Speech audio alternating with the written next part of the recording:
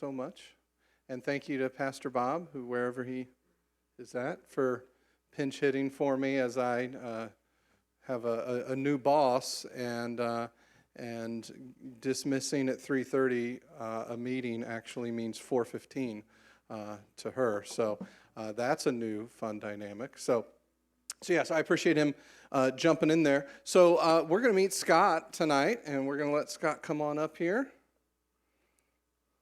Let's give him a hand. All right. All right, so first question out of the gate. How do you pronounce your last name for everyone? Because I've heard two pronunciations. Really? I have. I've heard pagan and pagan. No, it's pagan. Okay. So And for it's those of written in you the that Bible. have tried to correct me, it is not pagan. So, all right. So I talked with Scott a few weeks ago, and he agreed to just kind of share what God has done in his life. And so as I've gotten to know Scott more personally, as my car has broken more and more, I just really appreciated who he is and what a servant he is here at the church with what he helps out with and everything. So I wanted to just hear his story. And so we've got a list of questions that we're going to go through, but why don't you just start us off by introducing you and your family, how long you've been here, and then we'll go from there. Well, my name is Scott. My wife's Amanda, and I have two boys, Alex and Logan. Alex is now 18, Logan's 17, and let's see now. I'm the oldest of 9 kids. 9. I have 3 parents. My parents got divorced, and my mother remarried. Can y'all hear him, or is his microphone not on? Or maybe it's just me. Oh, okay, there we go. Shane is seeing to it. He has the brown mic. Thank you, Shane. Let's see now. I've been at the church for, 6 years, I think. 73 is what I'm seeing. I don't really know for sure how long I've been here. I know I've been here at least 1 year longer than you. There you go. And there you go. Is that how you're tracking? No, that's just I remember seeing right. you a year later. There you go. So tell us a little bit about kind of your childhood. You mentioned that you're the youngest of 9. and oldest of 9. Or oldest of 9. And so what role did kind of faith play growing up, and what was your childhood like? Well, I didn't really have the greatest of childhoods. My parents divorced when I was 5. I never really got along with my stepfather or anything like that. I was, for the most part, a bad child to them. But as far as things went, as I got older, I got smarter. I started realizing what I was doing was wrong, and been getting better and better every chance I can. As far as things go with the church, I went to a Catholic school and was Catholic for majority of my life. I don't know how many people really know this, but I'm actually left-handed, and the Catholic Church, for some reason, the really old nuns think that that's like the devil or something. So when I was in elementary school, they beat my left hand with a ruler trying to get me to learn to write with my right one, and that never took. Right. As far as the church went, I believed in God. I believed in Jesus. I did read the Bible a lot, but the Catholic Church just always had a way of not feeling right for me. Right. I learned, honestly, more about religion and the way to do things right from my grandparents. My mother's dad was devout Catholic. He went every Sunday, every Monday, Tuesday, every day to church. Every time he could. My other grandparents, they weren't Catholic, but they were religious, and they did go to church, and they more or less were the ones that taught me how to actually act around other people, how to treat women right, and things like that. My last grandparent was Jewish, actually. Oh, wow. So that gave a whole different perspective on things, which made more of a well-rounded view on things, as it were. But So you had mentioned that, you had, some rough behaviors, and I know you talked about, like, anger and stuff like that.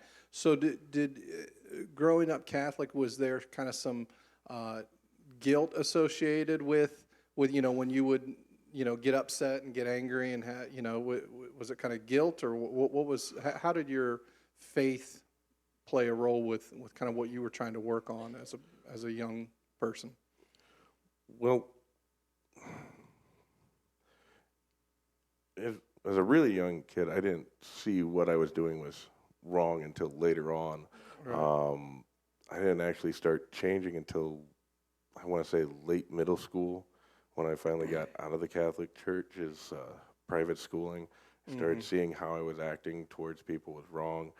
Um, don't get me wrong, I never did get along with my stepfather Right. until, what, my 30s? Yeah. But towards everyone else, I was getting better and acting more mature. Um, as far as guilt, there's always been a certain amount of guilt towards all the actions that Yeah. aren't quite right, Right. as it were. I So did you hear anyone talk about, like, the grace of Jesus? um, I don't remember hearing about the grace Yeah. in the church. I remember my grandpa, who was the devout one, would talk about it, and if I asked for forgiveness, I could get it, and things along those lines. But as far as the church itself, more often than not, it was just, what's the word I'm looking for? That we were all sinners, and Right. Right. we Kind of all that needed, judgment. yeah. Kind of, It yeah. was more of the church I went to was more of a fire and brimstone Yeah. type of thing. So what kind of goals did you have as a kid? I know one of the things you talked about, you had some goals growing up that maybe other little boys might not have had. No, that was one of the few things that were different about me. As early as 5, I always knew I wanted to have a wife and 2 kids. Yeah. Back then, though, I also watched Ben Matlock a lot and thought I could be a younger version of him, Ah, there you but go. but that never worked All out. right. All right. All right. All right. While other kids would mostly play with balls and bats, I'd actually go over and play house with one of the neighbor's daughters. No, that's cool. Um, don't get me wrong, I played baseball and everything Yeah. else, Yeah. but it was much more Yeah. enjoyable to pretend that I had a family of my own. Yeah. So as you got older, your first marriage, as that was as that relationship was developing, her parents gave a mandate. Yeah. Tell us a little Yeah. bit about that and how that affected Well, when I was in things. college is when I met my ex-wife along with my current one, but we had been together for several years when I had proposed to her, and her parents said that for us to get married, that one of us had to have at least a college degree, and both of us had to have careers. At the time, I was actually going for a completely different major, which would made me go to school for, I don't know, another 6 to 8 years. Out of coincidence, or out of just being curious, what was that degree? I wanted to be a music professor, Oh, okay. All right. Cool. but I knew that I wasn't going to wait that long. Right. So her parents were both in the automotive field, and I knew a lot about cars. So I thought, well, I'll just go out of this college, and I'll go to Rankin, I'll get my college degree, and that way I'll have a job, a degree, something in common with her parents, and, things would move along a lot faster. So Yeah. 2 years after that, I graduated, and we got married back in, what was it, 2005. Okay. I got married, and unfortunately, less than a year later, the marriage didn't work Yeah. out so well. we had been together for a long time, and for me, it was very hard to let the relationship go. But unfortunately, it takes two people to keep a relationship going. So you know always had a goal as a child, wife and kids and all that. So then, you know, you kind of switch your career paths to make this happen, Yeah. and then that marriage kind of starts to crumble. What was going through your mind during that time? At the time when it was going through, you know, my upbringing, I thought that was a mortal sin, and divorce meant you were automatically going to hell. Right. And you know, I thought maybe this was sort of like a punishment for all the horrible things I did as a Right. child. So again, more judgment and not the grace Yeah, side of things. Yeah. yeah. I didn't take the best care of myself at that point. I had gotten real sick and thin, and I was not in the right mind for a good number of years afterwards. Yeah. So really kind of sent you into a tailspin of sorts. Yeah. Yeah. So you had met Amanda in college, Yeah. and then you meet her again for the second time. So Yeah, we tell met us about again that. 9 years ago, and we had met. Well, was it you found me or I found you on the internet? Okay, we found each other on originally MySpace, MySpace. and Yeah. then again on Facebook. Um, Took a little while of talking to each other before we went out for the first time, and if you ask her, she's known since college that I was the right person for her. And as far as for me, I knew that she was the right one on our second date when we were back at her apartment, and the kids were supposed to be in bed, and we were supposed to watch a movie together, and next thing you know, there's these two little heads popping around the kitchen wall trying to see who the new guy is. Right.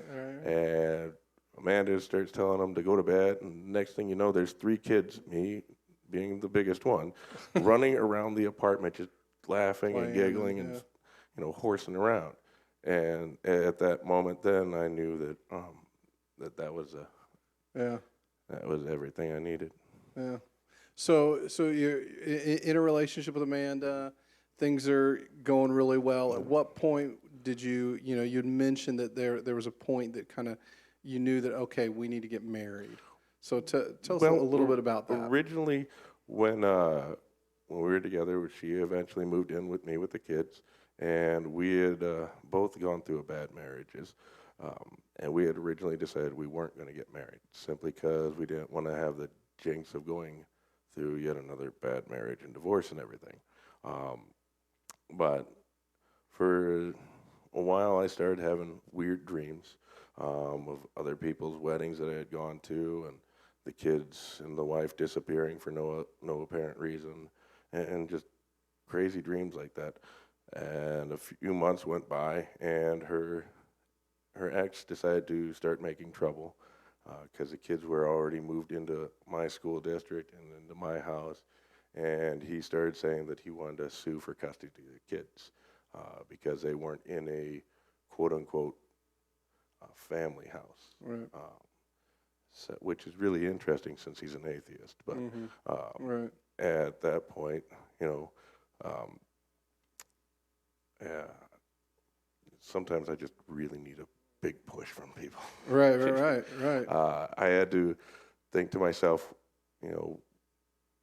do I want to take this giant plunge and be scared and everything else?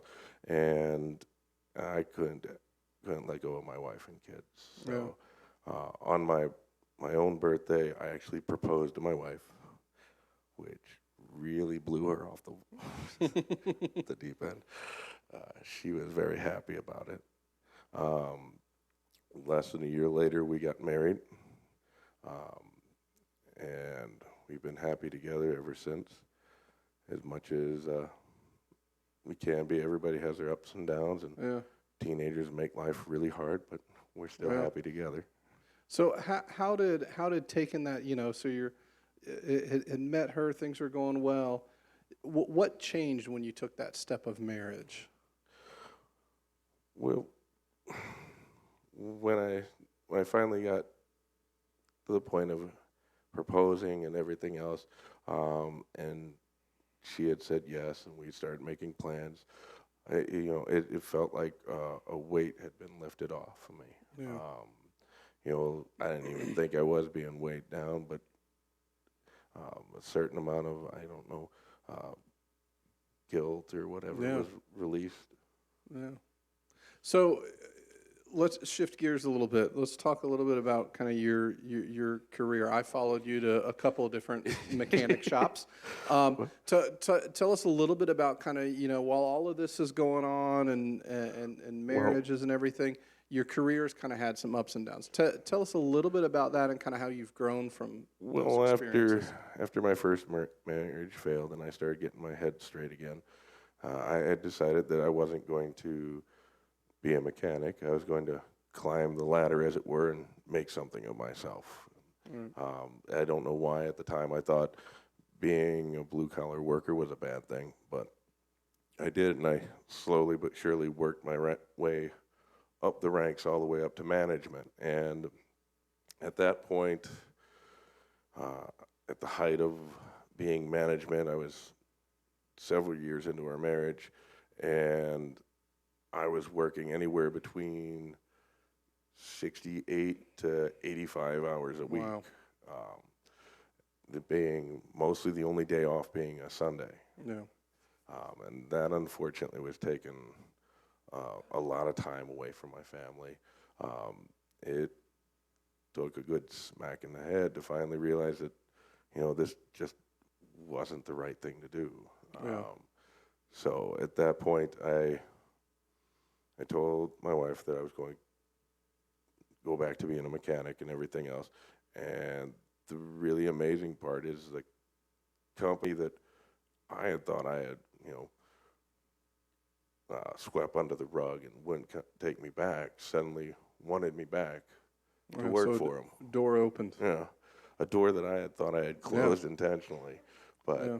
it opened up, and I was allowed to come work for them as a mechanic, and greatly reduce the amount of hours that I'm working. I'm now down to like 52 hours a week, which is a lot less than 7 days a week. Yeah, yeah. Well, and I remember when you first made that transition, and I brought my car into you, and we were talking about it. And I remember initially thinking, "Ooh, this isn't good news," because he was a manager. But it's like, but the first thing you said was, "You're like, this has been a really good change for the family, and been really, and all of that." So what would you say, kind of looking back? What do you feel like God has kind of taught you over the years through all of relationships, career? What would you? What would A you say lot to of that? things are, as far as careers are, it's the importance isn't what you do. It doesn't matter so much what the hat is that you're wearing, just that you're doing the best that you can. Yeah. Work is not everything. It's not the end all and be all. It doesn't make you a better or worse person. The reality is that you should work enough to take care of what you have to take care of. And in my case, it's my wife and my kids. And working more or harder than that is just counterproductive. Yeah.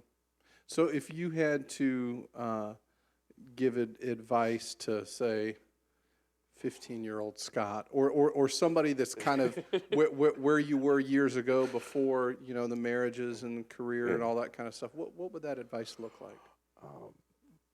Mostly, if I was to give advice, it would be to not worry so much, to not, not to beat yourself up as much as you do. That there always is a plan out there for you. That no matter where you think you're going to go, you're going to end up wherever you're supposed to be. For the longest of time, I thought my life was going to end up a certain way, and it's not exactly the way I wanted it to be, but it's perfect just the way it is. Yeah. I never did become Ben Matlock, and I don't think I ever will be. I never thought that I'd be divorced, and I was. I never thought, half a dozen things would have happened that have happened, but they've all led me in the direction of where I am now. as far as things go, I'm pretty decent at talking to people one-on-one. And when you get me in larger crowds of people, Like this? well, in larger conversation groups, Yeah, I'll yeah. just muddle my way to the back of the group and I won't Sure. say much. So things like small groups and stuff are something that I don't really get into much. Right. And which is an ironic thing, because that's one of the things that got me to where I am in the church now is me and the wife had a pull to go to one of the small groups. And that's where I met Dale, and Dale kind of was wanting me to go do the media stuff with him. And that's pushing in a direction that was uncomfortable. And but for the reasons I can't really give you, I said yes, and wife was like yes. And not everything in life is easy, but there is a reason behind the directions that you go. Yeah. Well, and I think too, I've just kind of seen that in my own life, and kind of what you're saying is I would rather be in a place to where I didn't anticipate, but it's where God wants me, versus being where I anticipated to be and it's not where God wants me. And it's almost like, God has a way of taking whatever your situation is and turning it, for maximum potential that you have. And I mean, that sounds kind of like, and I also think too, you said something about how God causes growth through discomfort. A lot of times it's, it's the things that aren't always the most natural for us that opens doors and stuff. So.